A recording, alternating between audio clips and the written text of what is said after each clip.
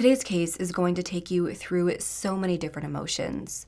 First, you'll feel proud of this little girl who went through so much throughout her life, yet kept a smile on her face. Then you may feel bad for her mother, who went through the mounting stress of caring for her sick child who just would not get better. But once you take a deeper look into this case and you examine the details, that feeling will turn into disgust when you realize that there's so much more going on than what meets the eye. But before we get into this horrific case, if you're looking to up your audio game, then you're going to want to hear from today's sponsor, Raycon. Raycon's everyday earbuds make your everyday just a little bit easier, so even if you already have a pair of earbuds, you could always use a backup. Raycon's new and improved model of earbuds offer everything you love about Raycon's plus more. You can enjoy the ergonomic design, multi-point connectivity that lets your pair connect to 2 devices at once, and you get active noise cancellation. They also come in a variety of vibrant colors that complement any and all skin tones. I personally snagged a pair of their forest green earbuds, which I think are so cute and unique. I've been really into this kind of green color lately. Plus, they start at half the price of the other guys, so whether you're buying for yourself or a loved one, you won't be breaking the bank. I personally use my Raycons every single day for working out and listening to music or when traveling. But sometimes I do forget to charge them, which can be a pain. But these Raycons offer a new quick charge function, which delivers 90 minutes of battery time with just a 10-minute charge, which is literally perfect for when I forget to charge them. I just put them on the charger when I'm on the way to the gym, and boom, I have the perfect amount of battery life. Then, when fully charged, they still have an amazing battery life, offering 8 hours of playtime and 32-hour battery life. The other thing I love about the new everyday earbuds is the multi-point connectivity.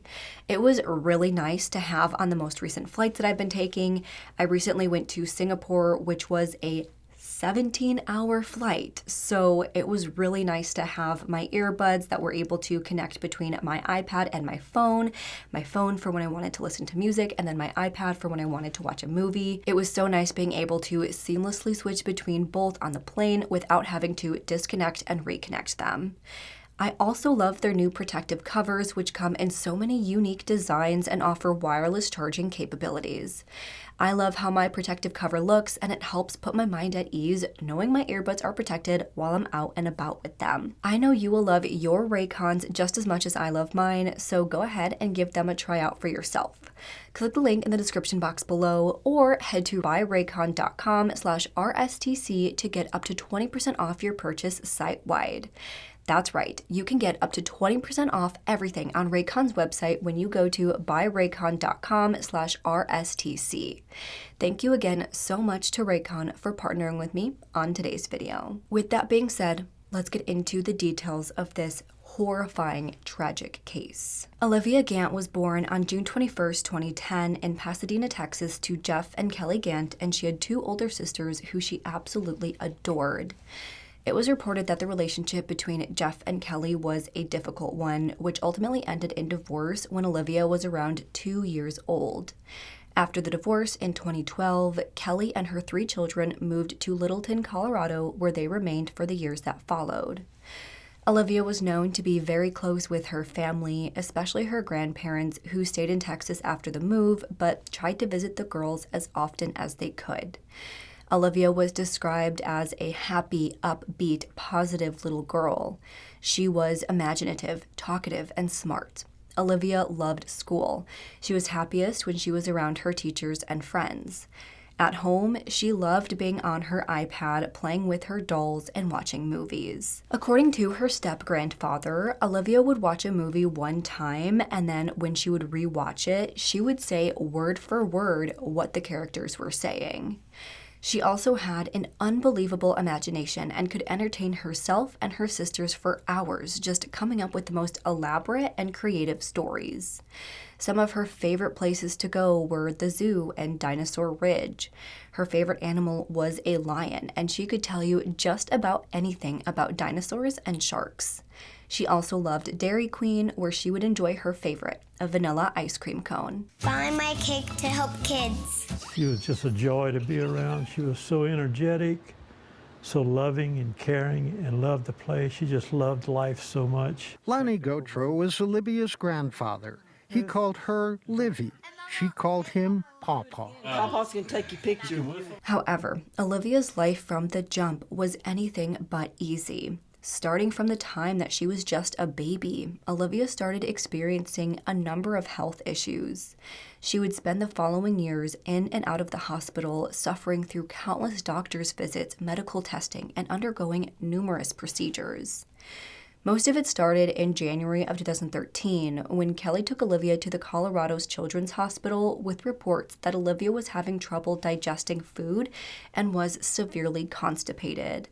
The doctor performed their assessment and found that Olivia was a normally developing, social, outgoing little girl with no other underlying medical issues that were causing the constipation. It seemed to just be your run-of-the-mill tummy troubles. This issue was addressed by the doctor, removing the hardened stool from her colon. Quick and easy. By April that same year, Olivia returned to the hospital with the same complaint. This time, the doctor felt that Olivia was exhibiting stool withholding behaviors, meaning that Olivia was refusing to use the bathroom for one reason or another. This, again, was a relatively normal behavior for a child around Olivia's age. Working with children, I've also experienced these behaviors.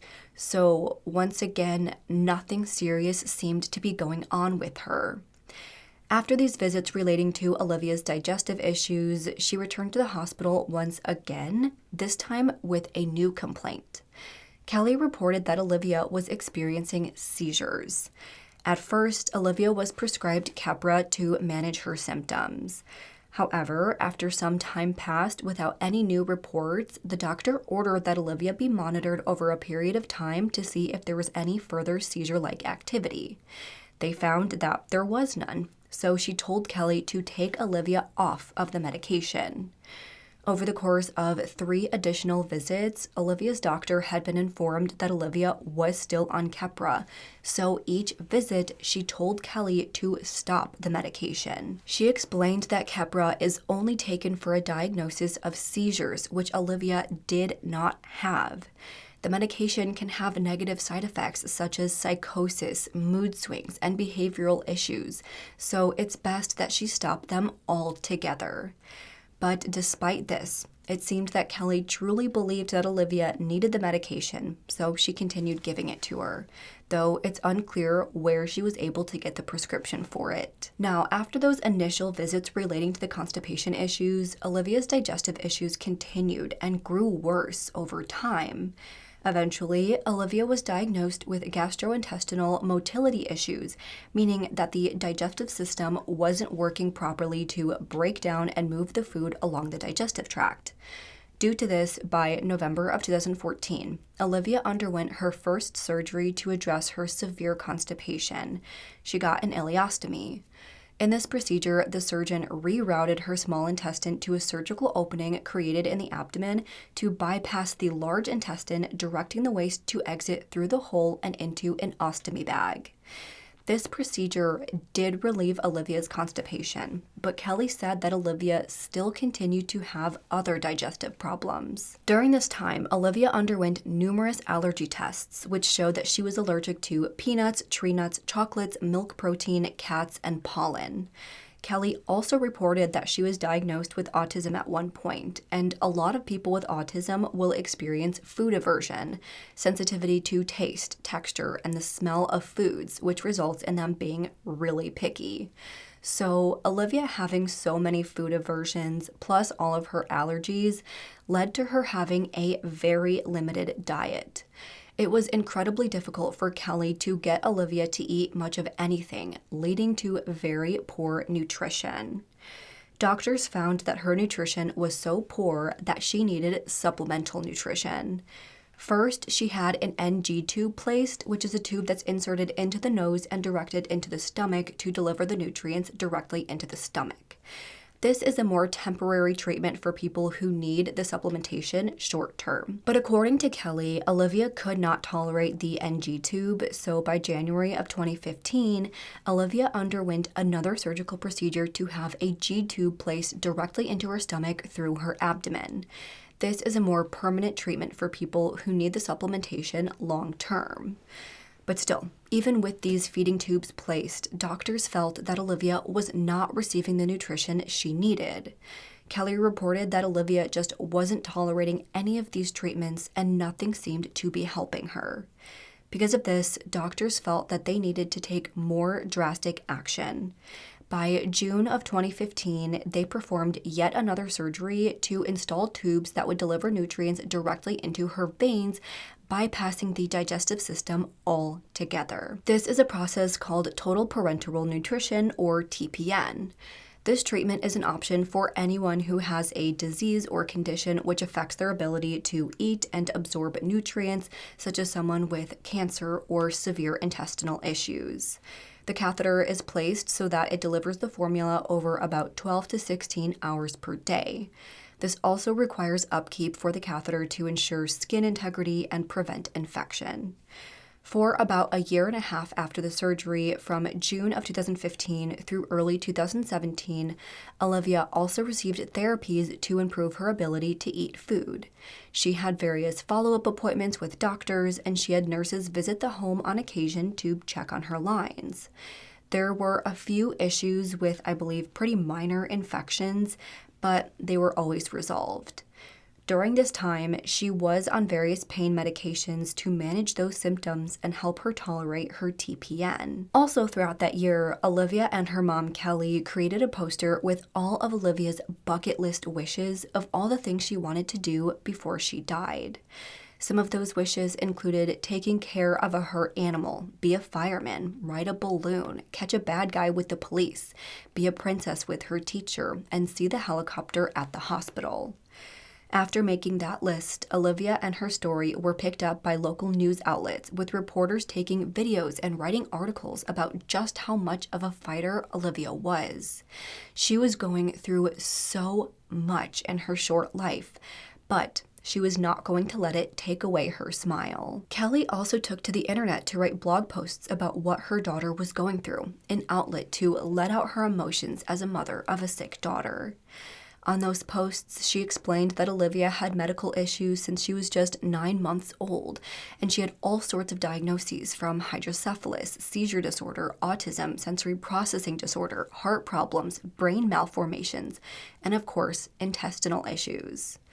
Once her story gained a bit of traction, so many people from her community were just amazed at the fight this little girl had. So many people got involved to make her wishes come true. She got to throw an $11,000 Bat Princess party where she dressed up as a mashup between a Batman and a princess and had guests which included Batman himself and Ariel from The Little Mermaid. This was funded by the Make-A-Wish Foundation. A bunch of officers from the Denver Police Department teamed up to give Olivia a day to remember, bringing her for a ride along with an officer so she could catch a bad guy like she always wanted. She is a ball of fire. Today, her wish came true to become a firefighter. She's in intestinal failure, and we don't know how much longer she has. And so we made a bucket list, and one of her things was to become a firefighter. See how far we can get it to go? When we found out that she wanted to do this, we were very thrilled to be able to help out. I mean, I don't even have words to describe how I feel. It's just a bunch of ball of emotion. So here's my bucket list. Be a fireman. We got to do that, so they have to check it off. Thanks for being a great boss. Awesome. I was resting for a while so I can feel good. The outpouring of support that our little community has given, you just can never repay that. Good job. Yeah, there we go. We just take it one day at a time, and we're thankful for what we have.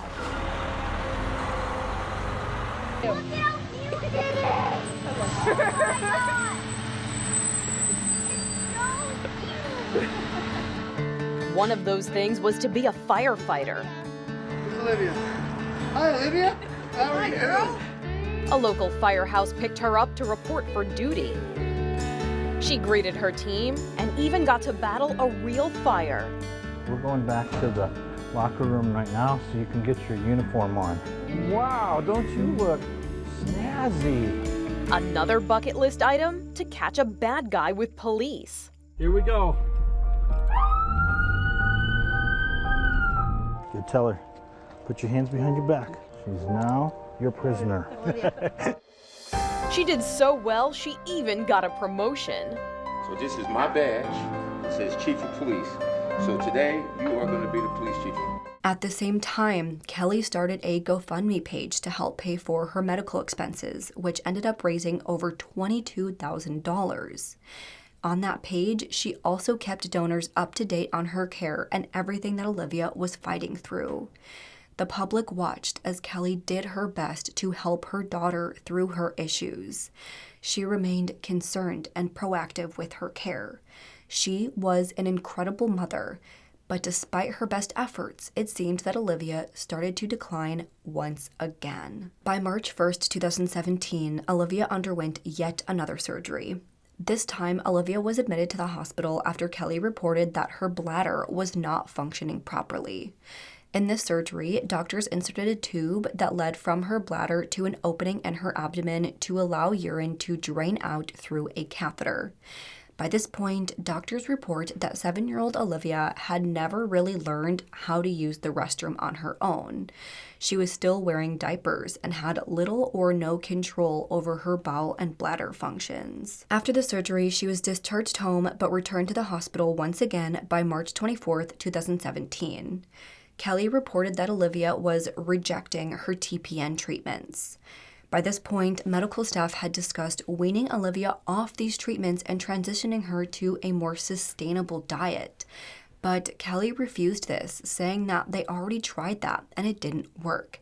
She could not tolerate a regular diet. At this point, doctors noted that Olivia was not absorbing enough nutrients to survive. She was only absorbing about 30% of what was needed to sustain life. Medical staff were also concerned with how little stool Olivia had been producing. Basically, while she was in the hospital, they tracked how her intestines were working and how much nutrition Olivia was absorbing, partially based on how much stool she was producing, basically how much she was pooping.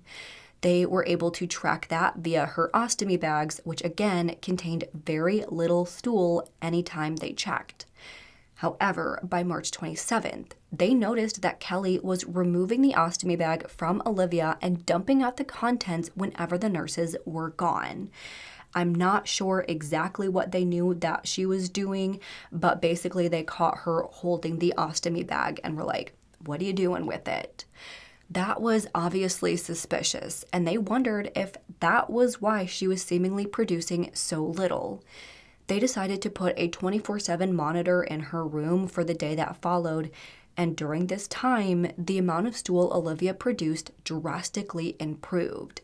This could mean a few different things. Either she somehow improved on her own, the medication they gave her started working, or them monitoring her prevented any tampering of the ostomy bag.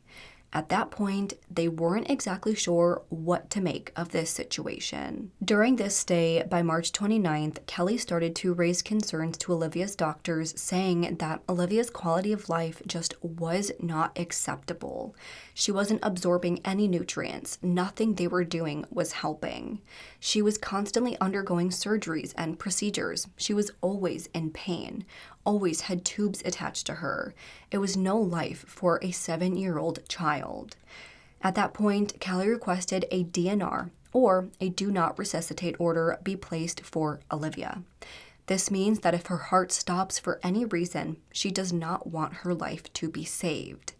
This includes if she dies from lack of nutrition, if she dies from too many opioids being in her system, or any other reason for her death, she is not to be resuscitated. She also requested that Olivia be taken off the TPN and transferred to hospice for palliative care. This means that any treatments to sustain life will stop. Instead, the focus will be placed on making Olivia comfortable as she slowly dies. Now, I want to note that one of the doctors who saw Olivia was Dr. Thomas Walker. He saw her 2 times, once in December of 2016 and in July of 2017, when those end-of-life requests were made. He said that all of the medical history and symptoms they had for Olivia were reported by Kelly. He didn't necessarily think that all of these procedures were totally necessary and did not believe Olivia to be a terminal patient. He described that she was active, talkative, and social anytime he saw her, even while undergoing TPN.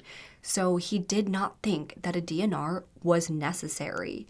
He did not think that she should be transitioned to end-of-life care. Again, he didn't think that she was a terminal patient. He did report this to the higher-ups at the Denver Children's Hospital, but the ethics team actually voted against him and voted in favor of not wanting to save the life of the 7-year-old little girl and made the decision to transfer Olivia out of his care and into the care of Dr. Jason Sodden. Based on what he saw, Dr. Sodden agreed that Olivia was not able to sustain life based on her condition, so he did sign off on the hospice paperwork and the DNR. From there, by August 1st, 2017, Olivia was placed into hospice where she was taken off any and all treatments. She received enough pain medication to take all the pain away and keep her barely conscious. She was only given juice and popsicles for the 3 weeks that followed. And tragically, devastatingly, by August 20th, 2017, Olivia died of what they assumed was intestinal failure. Of course, Olivia's death was absolutely heartbreaking for everyone who knew her. Kelly had to painstakingly watch her daughter go through numerous surgeries and treatments for years, watching her suffer in pain from her disease as well as from all the surgeries and procedures. This went on for years, for basically her entire life, before her disease finally took her away from those who loved her most.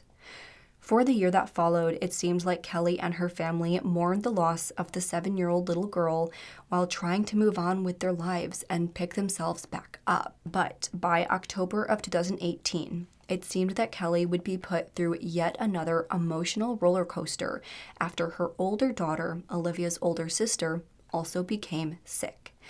I do want to note that her name has never been released publicly because she is still alive and she is still out there, so I will just be referring to her as Kelly's older child or as Olivia's older sister. By that time, Kelly had taken her daughter to the hospital numerous times with reports of bone pain.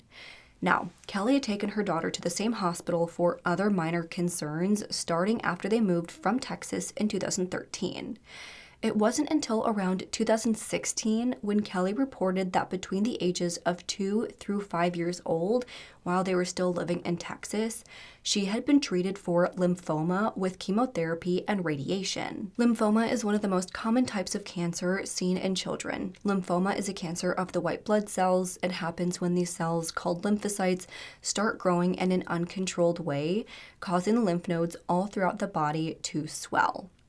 Well, back in 2016, when she first reported this, the girl's doctors reached out to the hospital back in Texas to confirm that diagnosis, but they stated that she never received any treatment there for any type of cancer. It appeared to be a made-up story, which of course was a red flag for her doctors in Colorado. Nothing more really came of this for the years that followed, though. She hadn't really been to the hospital for any other concerns, so no further reports were made about this lie.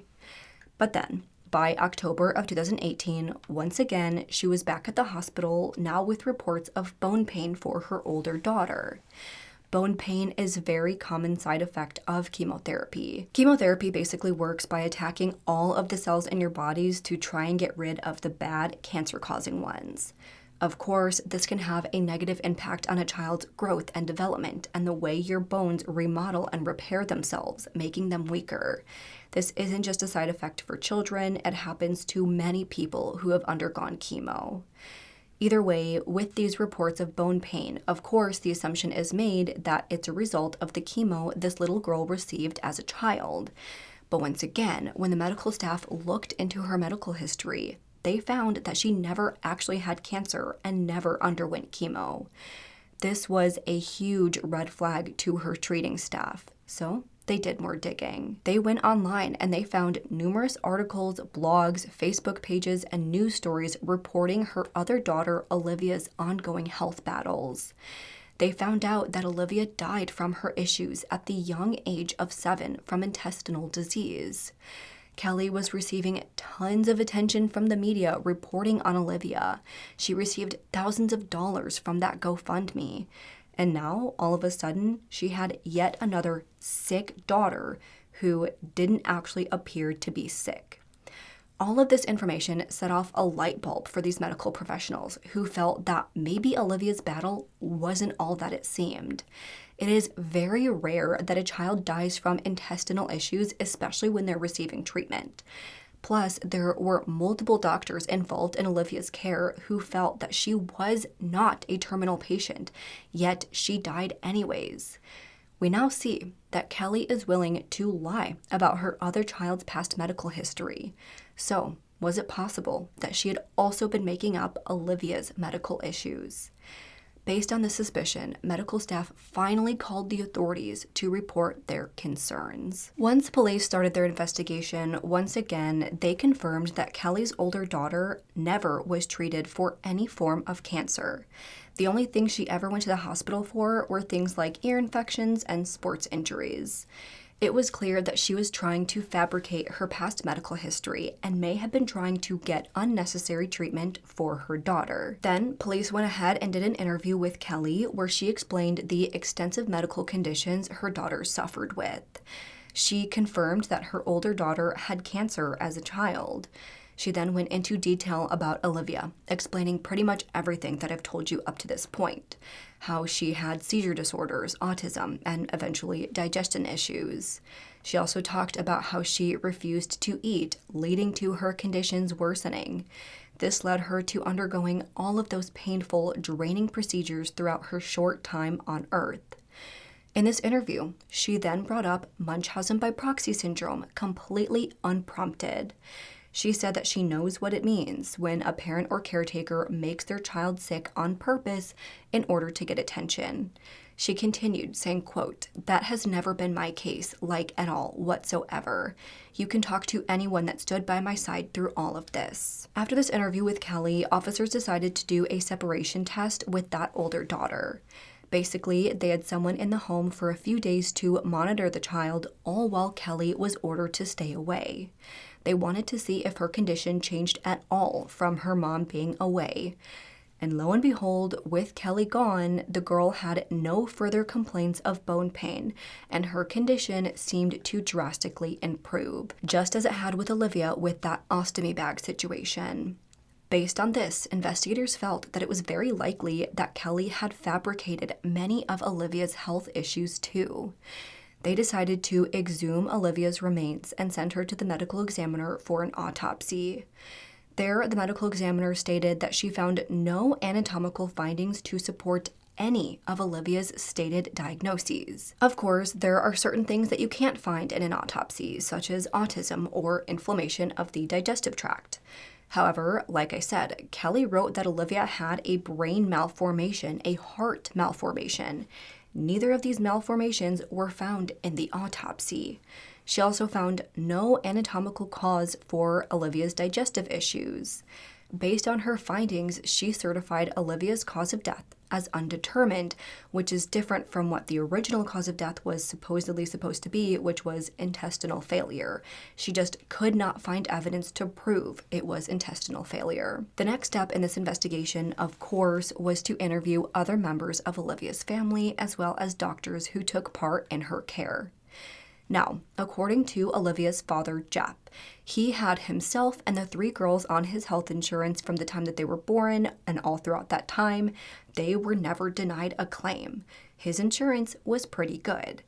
But after moving to Colorado, Kelly asked Jeff to remove the girls from his health insurance, saying that the Colorado Children's Hospital offered a better plan for the girls, which would be cheaper than the plan they currently had through Jeff's employer. However, that was not true. Kelly instead enrolled the girls in Colorado's Medicaid program, even though Jeff's insurance was able to cover them. And again, his insurance was reportedly better than what the state offered. Now, you might be wondering, how did Kelly get the kids covered under the Medicaid program if they already had insurance? Well, she did that by lying on the applications. Basically, in one of the applications, she said that her and Jeff were divorced and that Jeff was an absent father, so they don't have insurance.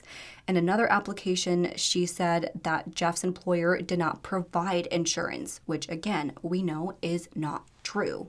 So based on the fact that Kelly was so desperate to get Olivia and the other girls off of the insurance, could indicate that Kelly did not want Jeff to know about all the medical procedures and appointments Olivia was going through.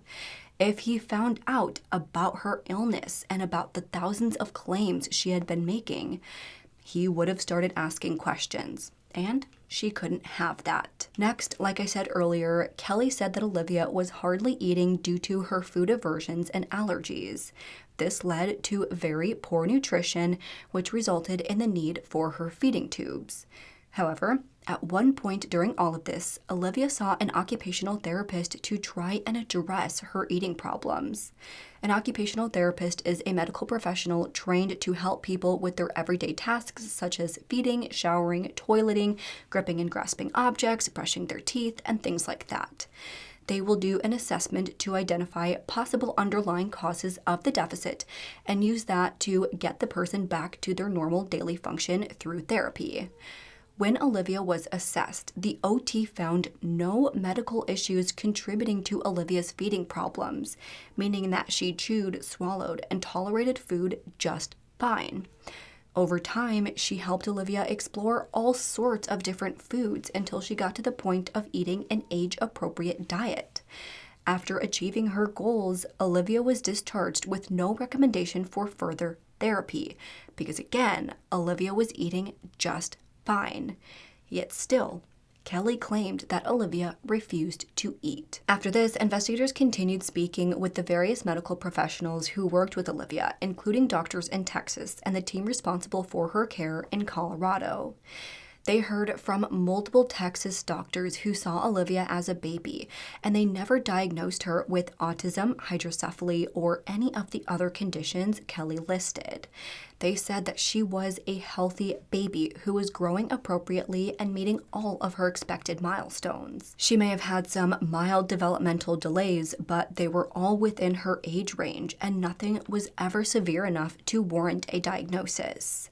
They then heard from almost every single person who treated Olivia in Colorado that they never considered Olivia a terminal patient, meaning they never considered any of her issues severe enough to cause her death.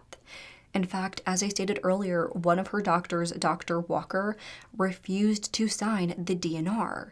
Many others were very surprised when they learned of her death, saying they never thought she was ever that sick. They talked to her neurologist, who, as I stated earlier, said that Olivia did not suffer from seizures and ordered Kelly to get her off of the medication, but Kelly refused.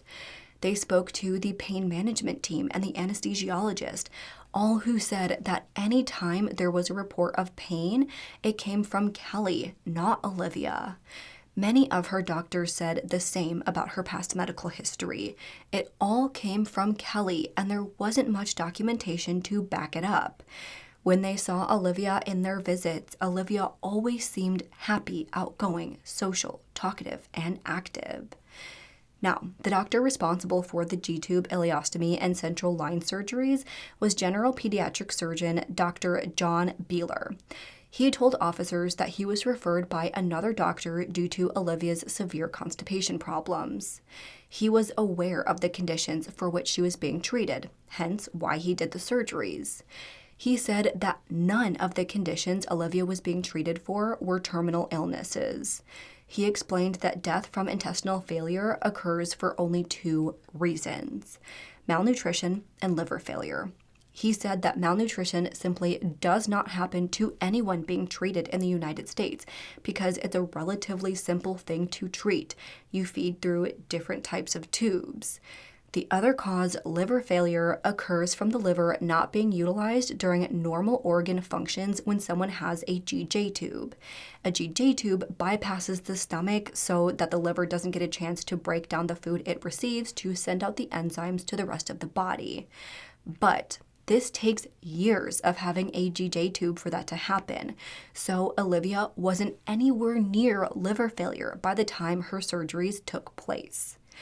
Another doctor who treated Olivia twice while she was on TPN, Dr. Belkind, told investigators that he believed Olivia could be taken off TPN and have all of her tubes removed and that she could live a normal life. But when he suggested this to Kelly, once again, she refused. She said that they already tried it and it didn't work. He was flabbergasted when he found out that Kelly took Olivia off of her care and transitioned her to hospice. So based on the information we've gathered up to this point, it seems clear that Kelly was making up all of these symptoms to get Olivia diagnosed with various conditions so that she could undergo these surgeries and treatments. They got her sympathy and attention from family and friends. Then, when the news outlets picked up Olivia's story, she got even more attention.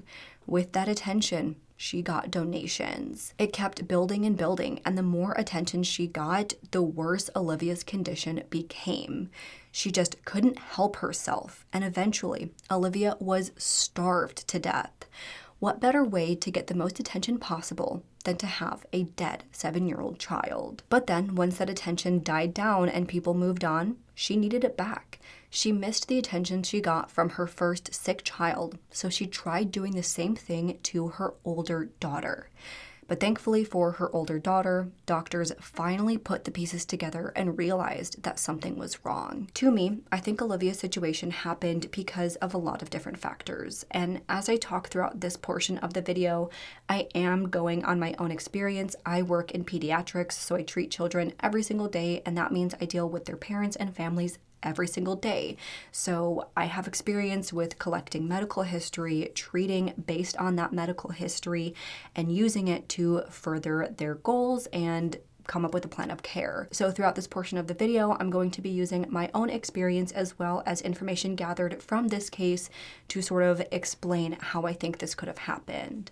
So first, they moved across state lines, so it was easy for Kelly to report Olivia's medical history and have them believe her because it's actually very rare for a parent to lie about things like this outright. In my experience, you can kind of tell when a parent is trying to tell you about their child's diagnosis or past medical history. You can kind of tell whether they understand it or not based on how much information they're giving you. Sometimes they kind of misinterpret what they were told by their previous provider. Sometimes they know exactly what they're talking about because this is their child and they've been dealing with this issue for however long they've been dealing with it. So after they tell you, of course, the provider will put it in the system. And then as Kelly goes to the next provider, that next provider will look in Olivia's chart and see that she now has a documented history of illness.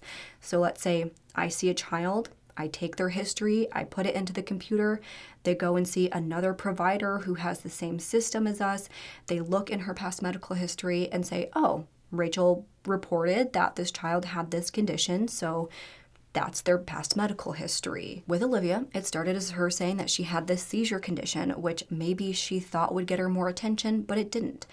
I think there was a time when Olivia truly needed help for her constipation. As I stated, the doctor who assessed her said it was a quick fix. So once again, when you do the treatment, you put exactly what you did for that person or child in your chart. The next provider will see that this treatment was done. But for Kelly, again, I think she needed more. As she continued to go in for the stomach issues, maybe she realized that it was easy to lie about because honestly, it would be easy for her to cause Olivia to have an upset stomach. Whether she was giving her foods that caused the constipation, maybe she had true food intolerances that Kelly knew would upset her stomach. Or, in my opinion, based on everything we know throughout this case, I think, straight up, I think Kelly was starving Olivia. I'll get more into that in just a minute, but I do think that Kelly was just withholding food completely. Either way, each time she went in with these ongoing complaints, The next doctor would look at the previous note and see that this is an ongoing issue. If I see a patient and I'm seeing them for, tummy troubles, and I see that, oh my gosh, this child has been coming in for a long time for the same issue, maybe we need to take a different approach. I think that's kind of what the doctors were thinking in this case. So again, after enough visits and seeing her medical history, I can see how these doctors were manipulated into doing all of these procedures. I'm not saying it's right. I'm not saying that this should have been the case. I think that first doctor should have gotten the actual medical records from the hospital in Texas. That would have been the right thing to do. If I see a child and they have a past medical history, I'm currently treating a child who just got surgery, so I'm going to request the documents from their surgeon to see exactly what happened in that procedure. I'm not just going to take the mom's word for it, even though I believe her, obviously. I think she's telling the truth, but she's not a surgeon. She's not a medical doctor. She doesn't know everything about the surgery. I want to know more, so I'm requesting those documents from the surgeon.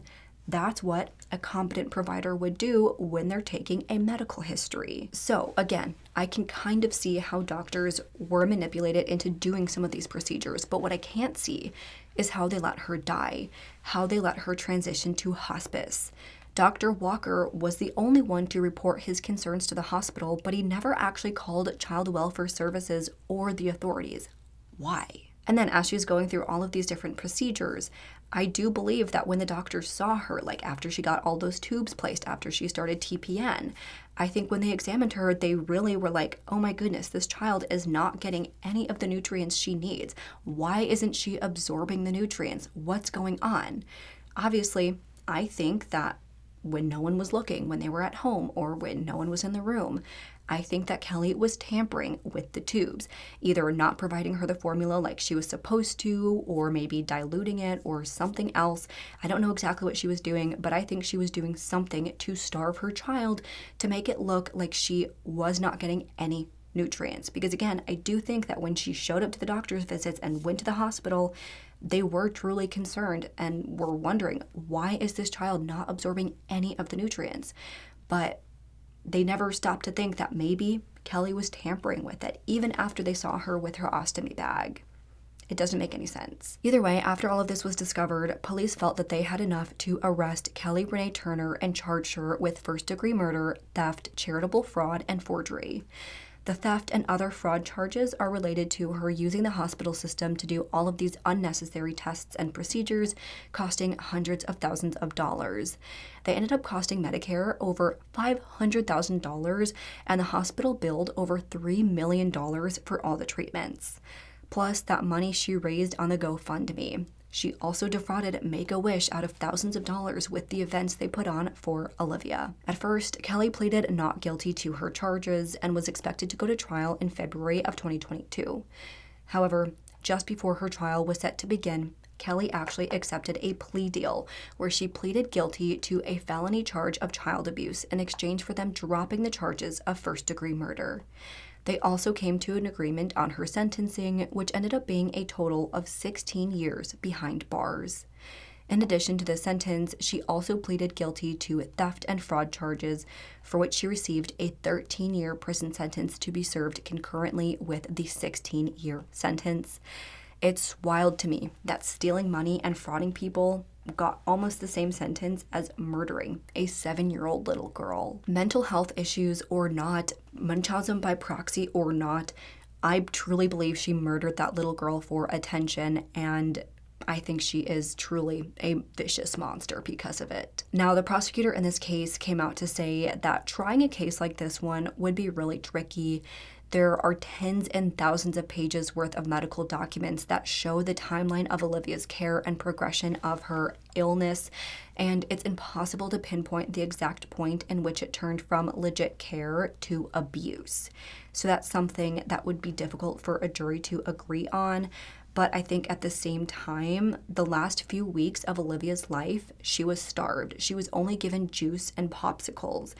Obviously, that is not enough to sustain life, and I think that right there is enough to show that she was murdered by her mother. At the same time, family members such as Olivia's grandparents are furious that the hospital system let their little girl slip by without raising any concern. Many doctors had a suspicion that Olivia may have been abused by her mother during that time. Many of them felt that she was not as sick as Kelly claimed she was. Yet no one stepped up to say or do anything. And other than the police investigation, I haven't seen any of the doctors stepping up to explain themselves. All we really know is that they've said that medical abuse is so rare and they want to tread lightly when they think it might be happening. These doctors don't want to take a child away from their parent if it isn't warranted. That is why they hesitate to call CPS or the authorities even though it's their mandated duty, which is something I don't understand because when you call CPS, they are now responsible for the investigation, or at least up to a certain point. So it's not like when you call CPS, you're immediately getting the kid taken away from their home. I've had to call CPS before, nothing came of it because maybe what I saw wasn't abuse, or maybe what I suspected to be abuse wasn't, or maybe it was, and the investigation is ongoing. We really don't know what's happening through the investigation unless we become more involved, unless there's a court case, obviously. But calling CPS does not mean you're going to get a child taken away from their parents. So let this be a lesson to any healthcare provider. If you suspect anything is going on, it is your duty as a healthcare provider, as a human being, to report that and try to get the child help wherever you can. Don't let things like this slip through the cracks. I do think that even if these doctors were afraid of a child being taken away from their parents, they could have still done a separation test like they did with the older daughter and when they caught Kelly with the ostomy bag. But even then, no one took any action. It's crazy that they saw Olivia get better after doing that monitoring, that 24-hour monitoring, yet they didn't think, maybe it's because we were watching the mother and making sure she wasn't doing anything. It just blows my mind. I do know that the family is absolutely devastated and heartbroken at how this entire case played out. And while Kelly absolutely deserves way more time for all the pain and suffering she put her daughter through, I'm glad she was at least caught. Because honestly, if she hadn't brought in her other daughter for those reports of bone pain, I don't think she would have been. He trusted his daughter-in-law, Kelly Turner, to care for her. He says he also trusted Children's Hospital with her treatment. Now Turner is charged with murder, and Olivia's family is seeking up to $25 million from the hospital and other providers over her death. Her mother took her over 1,000 times to Children's Hospital.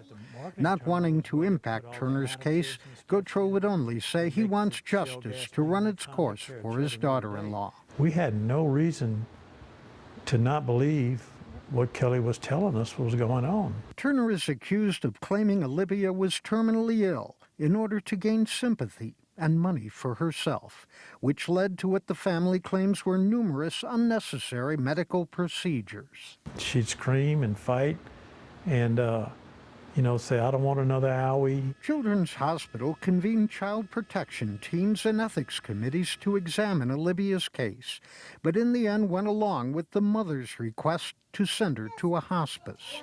The Department of Human Services was not notified until another doctor became suspicious long after Olivia's death. That would have saved her life. She'd still be with us today. We'd have custody of her. She'd still be with us. We don't know how much longer she has. Her mother told everyone Olivia was going to die, carrying out a bucket list to become a policeman for a day, a firefighter, and a bat princess at a Make-A-Wish Foundation party. I'm not sure, if Kelly or anybody else told her anything about what a bucket list meant. In the end, over one doctor's strong objections, the hospital signed off on sending Olivia to hospice at the mother's request. She convinced us that it was the best. The doctor said it was going to be the best thing for her, and we had no reason not to believe him. She's at one of the best freaking hospitals in the country. Here's another of the videos he saved. It's Olivia appearing rather well on the bus to hospice. For the rest of your days. She didn't know she was going to die. She was happy to get out of that hospital and get all those tubes out of her and feel like a normal child. But that is where the case ends. I know this might have been a little bit of a medically heavy case, but I hope I did an okay job at explaining how everything works. Cases like these kind of drive me crazy when people cover them not knowing anything about the healthcare system or not having worked in the healthcare system, knowing exactly how it works and how these things happen. I feel like a lot of people make a lot of assumptions and just don't really quite understand how all of this works, so I hope I did an okay job at explaining it. But you all heard my thoughts throughout the video, so now I want to hear from you all. What do you think about this case? Why do you think these medical professionals missed these red flags so often and didn't take any action when they did notice something off? Do you think she would have been caught if not for the older daughter? And what do you think of the sentence she got? Do you think Kelly purposely murdered her daughter, or was it a tragic consequence of all the medical abuse? Let's discuss this and any other thoughts you have in the comments below. If you liked this video, please make sure to go ahead and leave this video a thumbs up and subscribe to my channel. I put out new true crime and mystery videos every single week. Don't forget to turn that notification bell on so you don't miss out on any of my future videos. Make sure to follow me on Twitter, Instagram, Facebook, TikTok, Apple Podcasts, and Spotify. All will be linked down below. And if you have any case suggestions, please make sure to fill out the Google form, which is also listed down below. With that, hope you guys have an amazing week. Stay safe, stay healthy, and I hope to see you next time. Bye.